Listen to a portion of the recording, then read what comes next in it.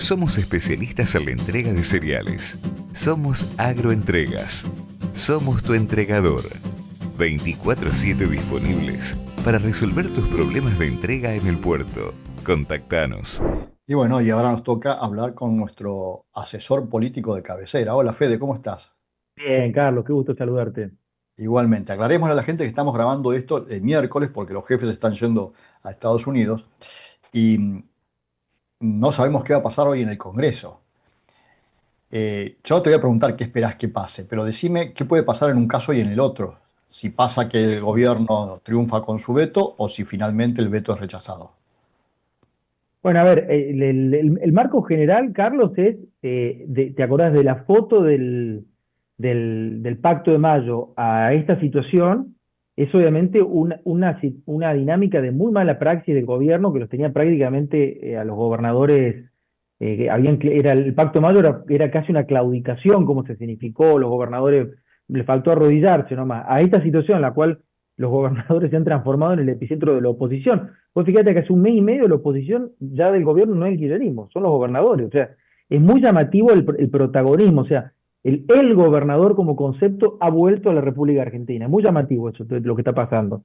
Entonces te diría, bueno, ahí lo que hubo en el medio obviamente fue una mala praxis del gobierno de cómo gestionó esa relación que termina de volar por los aires con digamos, la desjerarquización de Santiago de Caputo en el famoso Triángulo de Hierro. Santiago de Caputo era un poco, digamos, era no solamente estrategia de comunicación en el gobierno, sino se había quedado con una porción muy relevante del gobierno, y era el que interlocutaba, digamos, con los gobernadores, que controlaba el Senado, porque Victoria Villarruel se abrió muy rápido, y diputados lo manejaban los Menem, pero en todo este proceso, digamos, de los gobernadores transformados en actores nacionales y en virtual opositores, aparece claramente, digamos, en el trasfondo, la salida de Santiago Caputo como parte de ese proceso. Bueno, ¿qué pasa, digamos? A ver, si el oficialismo, si es derrotado, va a utilizar esto como la excusa de cualquier problema económico que se presente de acá hasta octubre en el frente, digamos,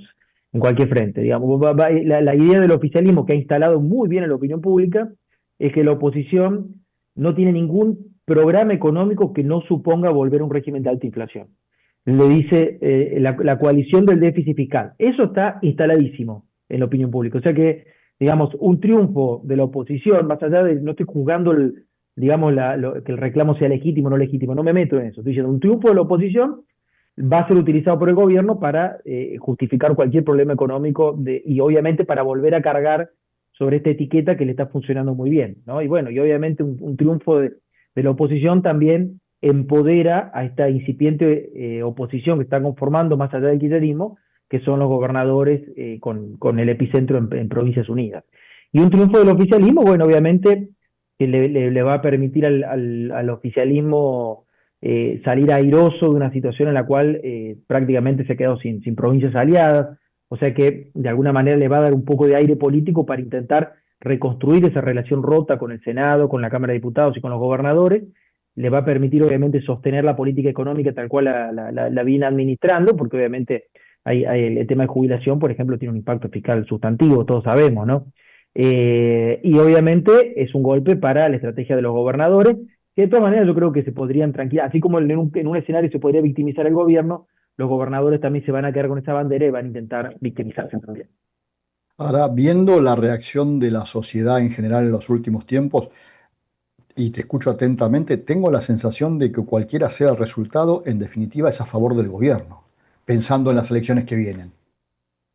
Mira, la sociedad está completamente aislada de los debates del Congreso, Carlos. O sea, el Congreso está pedaleando en el aire. No digo que esté bien o está mal, digo que la sociedad se desenganchó de eso. La sociedad cuando ve la plena del Congreso ve a la Libertad Avanza reconvertida en una casta nueva, en una casta política nueva, con una incapacidad todavía muy manifiesta y cada día más manifiesta de trasladar la capacidad que tienen de gestión de lo macro en un programa microeconómico de desarrollo, de crecimiento, ahí hay un hiato, y ve a la oposición convertida en esto que decíamos, en una especie de partido del déficit, caprichoso, digamos, en donde todo el programa de crecimiento microeconómico que tienen está supeditado a romper la macroeconomía. Entonces, ¿qué hace la sociedad ante eso? Se aísla, digamos, no participa del debate.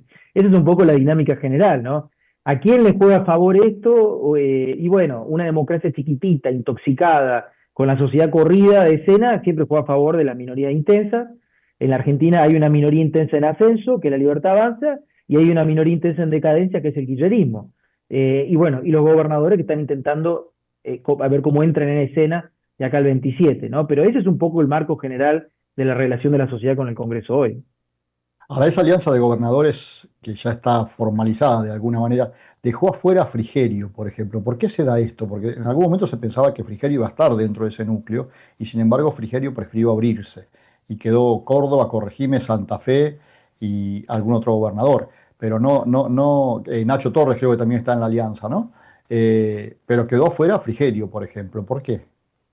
Bueno, a ver, no es que lo dejaron afuera, intentaron hasta el final traerlo para el juego ese, pero bueno, Frigerio, digamos, eh, analizó la situación y no tiene, según su explicación, no tiene margen político para hacer otra cosa. Prácticamente le ha entregado la lista a los libertarios, Frigerio, o sea, no es que tiene un armado propio. Lo que pasa es que Frigerio, cuando veía los números, esto es lo que le transmite a los gobernadores, decía, bueno, si yo juego con los gobernadores, sale primero la Libertad Avanza, segundo el kirchnerismo, tercero yo. Entonces lo dejaba en una situación, desde el punto de vista de su gobernabilidad, más comprometida. Entonces, bueno, terminó optando por este camino que habla un poco de que después de un año y medio de haber asumido, la construcción política de Frigerio como sujeto autónomo todavía es débil, ¿no? Es como una materia pendiente en lo que quede. Frigerio, en todo caso, digamos, termina de sellar su destino cuando asume el mandato y en lugar de ir a quedarse con el peronismo, él podría haber ido a construir una alianza con el peronismo sacando al kirchnerismo. Hay un peronismo no kirchnerista muy relevante en la provincia de Entre Ríos, gobierno de la ciudad de Paraná, por ejemplo. Él podría haber ido a hacer eso. Si él hubiese hecho eso de arranque, probablemente hoy estaría en el esquema de Provincias Unidas. Como no hizo eso digamos, y mantuvo la relación de la paritaria con la Libertad Avanza, bueno, obviamente se queda sin más juego que prácticamente entregarle la lista a la Libertad Avanza y de esa forma tratar digamos, de no salir derrotado en la foto, y en todo caso tendrá que rever qué estrategia se da para los próximos año y medio de gobierno, siendo un gobernador, digamos, en el promedio nacional, con buen conocimiento, con buena imagen, con buen diferencial de imagen, pero bueno, queda en esa situación. Yo creo de todas maneras que me parece importante rescatarlo. La conformación es bastante, en términos relativos, bastante novedosa y bastante poderosa. Primero porque Fuerza Patria, por ejemplo, se presentó en 14 distritos de la Argentina y tiene 3 gobernadores que están adentro del sello. 3 gobernadores nada más. Provincia de Buenos Aires, Catamarca y Tierra del Fuego. Fíjense qué llamativo lo que ha pasado, ¿eh? Formosa armó su propio sello, Tucumán armó su propio sello, La Pampa armó su propio sello, Fuerza Patria va separado del sello de Zamora en Santiago del Estero, pero el pilar de lo que fue la columna vertebral del peronismo en los últimos 20 años, que es La Pampa, Formosa y Tucumán, están ahora afuera. Y Provincia Unida se tiene presencia en 17 distritos y tiene 5 gobernadores. O sea que, digamos, el primer paso que han dado es muy sustantivo. Hay que ver después la consistencia en el tiempo, cómo lo logran transformar en una institucionalidad nacional, en una agenda, etcétera, pero hay un primer paso que es muy llamativo, que obviamente lo tiene liderando sobre todo a Yarlora y a Puyaro, que son un poco los que han motorizado esa alianza, ¿no? Pero ahí también en Provincias Unidas está Schiaretti, ¿no? Corregime si me equivoco. Sí, Schiaretti que ha jugado, digamos, viene jugando hace un año y medio con Yarlora en tándem, o sea, han logrado reconstruir la vieja columna bicéfala del peronismo cordobés, que siempre tuvo un liderazgo plural muy amplio y digamos, por lo menos dos muy protagonistas, uno que jugaba el juego provincial y uno que jugaba el juego nacional, que eran en su momento de la Sota Schiaretti, y lo han logrado reconstruir virtuosamente en este año y medio, donde, digamos, en la primera etapa del año y medio, Schiaretti ocupó el rol nacional y es el que camina este armado, y Yarlora, que en el último sprint, digamos, logra meter estos 4 gobernadores en un acuerdo, o sea que están jugando los dos muy bien, y con un juego ambicioso que obviamente va a depender mucho de cómo le va a Schiaretti en la elección de octubre. Unión Agrícola de Avellaneda. Proveemos productos, agregamos valor a la producción y brindamos el mejor servicio para clientes y asociados, contribuyendo al desarrollo de las comunidades en la amplia región donde estamos presentes.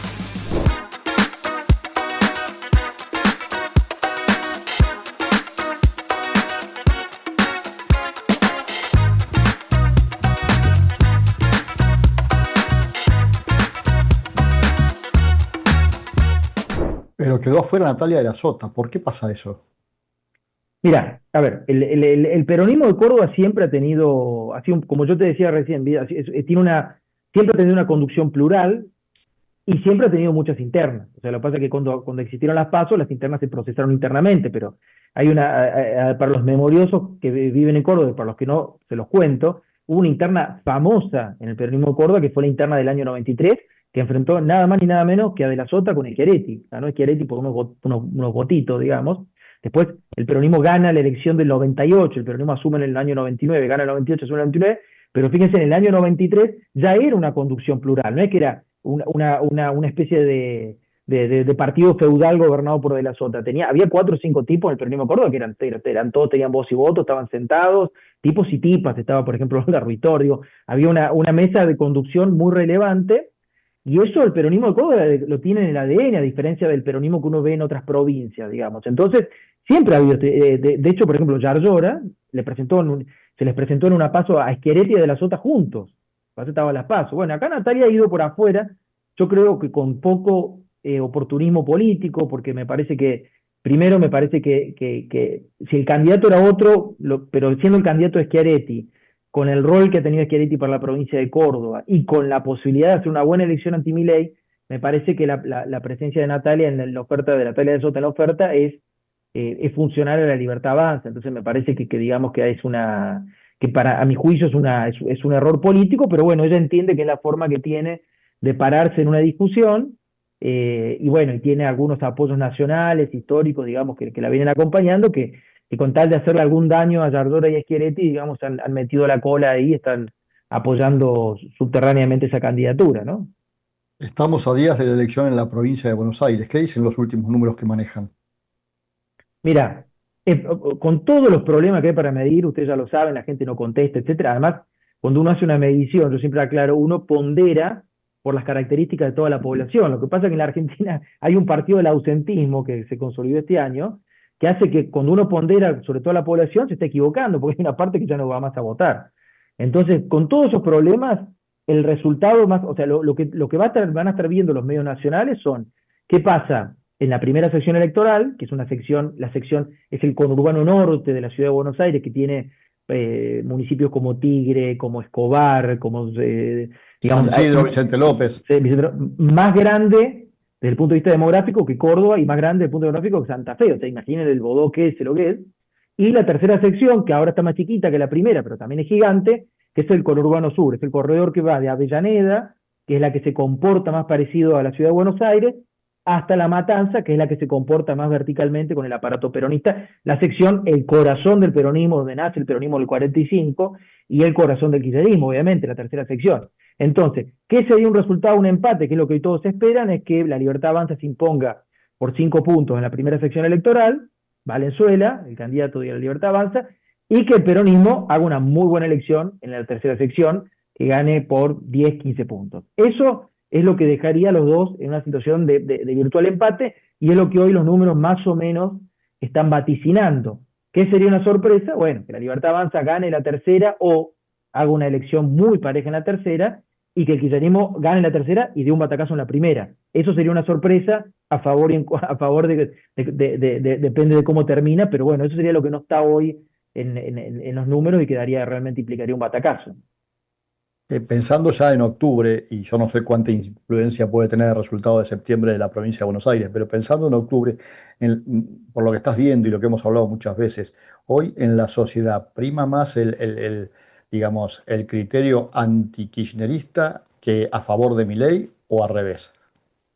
En la provincia de Buenos Aires, como es el corazón del kirchnerismo, o sea, el kirchnerismo sigue siendo muy fuerte, el clivaje kirchnerismo-no kirchnerismo es determinante. O sea, es una elección de octubre que probablemente se polarice brutalmente entre el oficialismo y el kirchnerismo. Eso va a ser así porque la sociedad, incluso supongamos un escenario en el que en septiembre, que estamos ya una semanita, le va bien al kirchnerismo, eso va a mostrarle a la sociedad de que está vivito y coleando, y entonces eso podría hacer de que mucha gente que no fue a votar en septiembre, probablemente tengamos un altísimo ausentismo, decide ir a votar en octubre precisamente por el resultado que se genera en octubre. O sea, que en la provincia de Buenos Aires, Carlos, kirchnerismo, no kirchnerismo, sigue siendo el clivaje fundamental, y en el resto de la provincia eso se ha ido diluyendo. Entonces hay que convive con otros clivajes, ¿no? El clivaje casta-no casta, el clivaje, digamos, federales AMBA, que hoy que es el clivaje que están tratando de capitalizar políticamente los gobernadores. O sea, ahí se dan ya otros juegos, ¿no? Que están presentes, que son diferentes al que va a ordenar, el que va a organizar la elección en la provincia de Buenos Aires. ¿Crees que la elección de septiembre de la provincia de Buenos Aires condiciona totalmente la nacional de octubre? Si hace un buen resultado el kirchnerismo, no tengo duda que va a aumentar la cantidad de participación. Si es una elección empatada, bueno, la gente puede ser presidente y ese domingo deciden no participar. Pero si el kirchnerismo hace una buena elección, creo que sí. Y creo que lo va a condicionar además, digamos, si los libertarios hacen una buena elección, creo que la va a condicionar en otro sentido, digamos. Si vos fíjate, si hace una buena elección el kirchnerismo, la sociedad se activa y va a la elección de octubre. Si hace una buena elección a Libertad Avanza, bueno, el kirchnerismo puede llegar implosionado a octubre. Atención a esto, porque los intendentes y el gobernador se están jugando la elección en septiembre, no tienen nada en octubre. En la lista nacional del kirchnerismo en octubre no hay una persona de Axel Kicillof, no hay una persona en la lista de Axel Kicillof, y no hay una persona en la lista de alguno de los intendentes. O sea que los jefes territoriales están afuera de octubre. Entonces, si llega a haber una derrota del kirchnerismo en septiembre, bueno, podemos ver entre septiembre y octubre una implosión de facto de la estructura territorial. Obviamente que la lista está ahí, es un acuerdo de Cristina con la Cámpora, con Massa, con Grabois y algo con Moreno, el gran ganador de Grabois, con todo lo que se llevó, pero digo, eso, cuidado con eso, digo, porque efectivamente una derrota del kirchnerismo en septiembre, de producirse, el caso menos probable, el escenario menos probable, pero de producirse, también va a precipitar un vaciamiento de una crisis va a anticipar la crisis del peronismo que estamos viendo, digamos, en este año y medio. La gente, y viendo sobre todo algunos nombres que aparecen en las listas de candidatos, esto se da porque la gente o nosotros como sociedad no vamos a votar pensando en los candidatos que estamos votando, sino que vamos a votar pensando en si es Milei o Cristina eventualmente. En el caso de la marca Libertad Avanza, yo te diría sí, porque la marca la Libertad Avanza hoy es una marca que está en ascenso, digamos. Y cuando una marca está en ascenso, se toman decisiones. Y la decisión que se ha tomado acá, básicamente, es que los dirigentes conocidos no contaminen la marca. Pensemos en el caso de Córdoba, de Loredo, Juez, no, digamos que eran como las... No, No tenía que hacer una apuesta afuera. Prefiero ir con uno desconocido que no me contamine la marca. En la tercera sección electoral, Bordarenco, lo mismo, un desconocido, pero la marca, que me arrastre la marca y que el candidato no me contamine la marca. Esa es la decisión. Y después, la segunda decisión, que es más de tipo analógica, que es decir, bueno, voy a construir para tener en diciembre un Senado y un diputado que sean absolutamente leales a mí. Digamos, la marca les permite comprar lealtad. Entonces esa es la decisión que se ha tomado. Y en el caso del kirchnerismo, bueno, obviamente, digamos, la lapicera, digamos, si bien ha habido una negociación muy fuerte, sobre todo con Massa y sobre todo con Grabois, pero bueno, la primus inter pares sigue siendo, en el caso del kirchnerismo, Cristina, y Cristina obviamente le pasa un poco lo mismo. Dice Cristina, bueno, la marca mía no está en ascenso, está en decadencia, la tengo en 3 provincias, me estoy achicando, pero yo administro mi decadencia. Hay un dicho en política que se repite mucho, sobre todo para los que han frecuentado el peronismo, que dice que los liderazgos en decadencia no tienen delfines, tienen tiburones y tienen pirañas. Bueno, Cristina, digamos, no tiene delfines y sabe, como buena peronista, que tiene tiburones y tiene pirañas. Entonces lo que ha hecho con el control de la lista es básicamente una lista lo más leal posible. Digo leal posible porque lo tiene a Massa metido adentro, lo tiene a Grabois metido adentro, que uno se quiere quedar con una ventana y el otro se quiere quedar con una puerta, pero, digamos, ahí tiene su núcleo armado, y lo más importante de todo, le ha hecho una especie de toma de karate a Kicillof que lo deja, digamos, tirado en el piso con 1 año y medio de gestión, y eso también es un punto importante. La última, Fede, viendo todo esto que comentás, como siempre con el buen análisis que haces, la posibilidad de una tercera alternativa para el 2027 aparece cada vez más lejana, ¿no? No, yo te diría, aparece, a ver, hoy la Libertad Avanza es la primera minoría del sistema político, 35 puntos. No logra transicionar a mayoría hegemónica, no lo logra hacer, o sea, 1 año y medio no lo logra hacer, y vemos, o sea, evidentemente hay como una cosa congénita, digamos, ¿por qué no crece? Y hay algo ahí medio en el ADN que los transforma en una primera minoría. La segunda minoría, que es la segunda novedad, es el ausentismo, ¿no? Esa es la segunda minoría, una positiva la Libertad Avanza, una negativa el ausentismo. Bueno, el ausentismo está vetando en paralelo a la casta, a la corporación política, a la vieja élite política, y a Milei también, o sea, es un doble veto el ausentismo. Bueno, eso es un universo de votantes inmenso. Entonces, hay posibilidad, digamos, de innovar. Ahora, lo que vemos en la elección esta de octubre es que la casta se abroqueló, copó todas las listas, incluida la de las terceras posiciones, digamos, como una especie de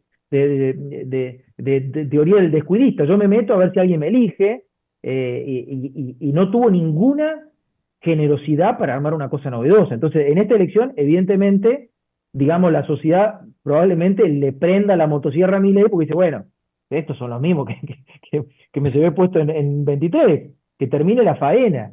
Y después de eso habrá que ver si el sistema político tiene capacidad de generar una novedad. Lo de los gobernadores es una novedad, pero por el momento es como una plataforma defensiva, como si estuviesen armando una paritaria en el Congreso entre gobernadores. No está claro quién lo va a liderar, cuál va a ser la agenda en común, si va a tener institucionalidad nacional, si es más que los gobernadores, si va a haber sociedad. Parece una reunión del CFI. En una reunión del CFI no se vota un presidente.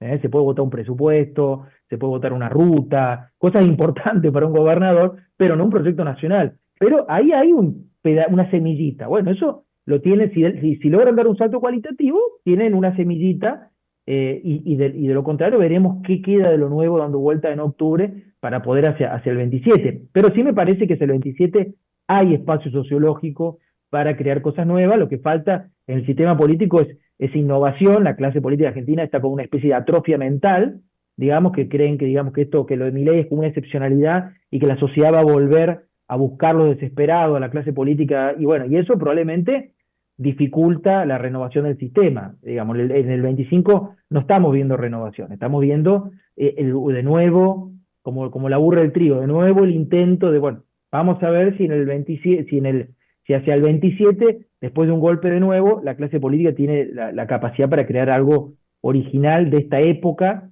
que en todo caso supere al partido de la macro, que es Milei, y le devuelva la agenda a la sociedad una agenda de un partido del consumo capitalista, del crecimiento capitalista, del desarrollo capitalista, subordinada a la estabilidad macro que la sociedad un poco ha firmado como una especie de constitución informal hoy, ¿no? Fede, te agradezco muchísimo el tiempo que nos dedicaste hoy. Sabemos que estás con mucho trabajo y seguramente los próximos días mucho más. No sé si vas a poder dormir, te digo francamente. No, hace 3 meses que no duermo, Carlos.